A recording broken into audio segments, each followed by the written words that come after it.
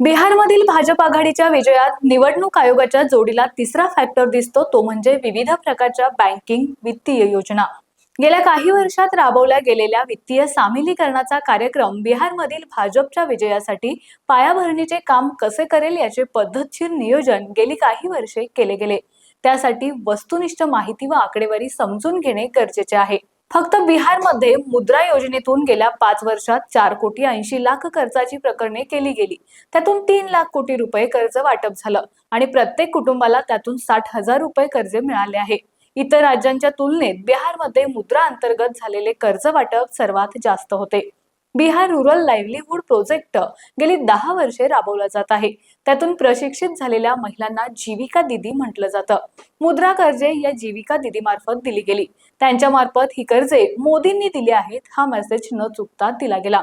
सार्वजनिक बँकांनी आतापर्यंत पंतप्रधान जनधन योजनेअंतर्गत 6.24 कोटी खाती उघडली आहेत।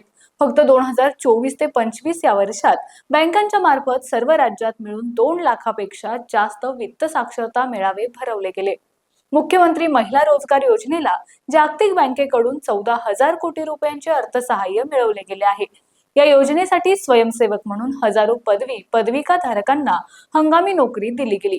त्यांनी भाजपचे दूत म्हणून चोख काम बजावले आहे। याच योजनेअंतर्गत निवडणुकीआधी काही दिवस 10,000 रुपये मदत योजना जाहीर झाली।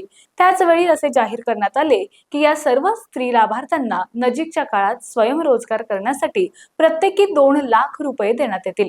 किसान क्रेडिट कार्ड योजनेत थकीत कर्जाचे प्रमाण 38% आहे। पंतप्रधान स्वनिधी योजनेअंतर्गत अंदाजे 3 लाख लाभार्थ्यांना कर्ज वाटप झालं।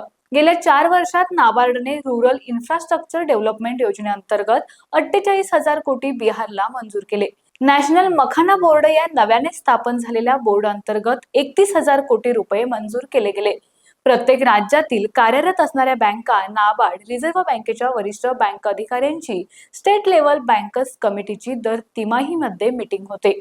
बिहारचे उपमुख्यमंत्री श्री सम्राट चौधरी यांनी या अनेक बैठकांमध्ये मार्गदर्शन आणि योजनांच्या प्रगतीचे मॉनिटरिंग केले। अशा फ्रीबीजमुळे अर्थव्यवस्थेला चालना मिळते का? सरकारी योजना राबवताना तयार झालेले मनुष्यबळ पक्षाच्या प्रचारासाठी वापरावे का? या सर्व योजनांचा सार्वजनिक बँकांच्या वित्तीय आरोग्यावर नजीकच्या काळात काय परिणाम होणार?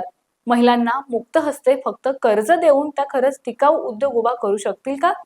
त्यातून व एकूणच किती रोजगार निर्मिती होणार? बिहार सरकारच्या वित्तीय स्थिरतेवर काय परिणाम होणार? अशा प्रश्नांची चर्चा होईल, केलीच पाहिजे, पण सुरुवात नेहमीच फॅक्ट्स अँड फिगर्स गोळा करण्यापासून झाली पाहिजे।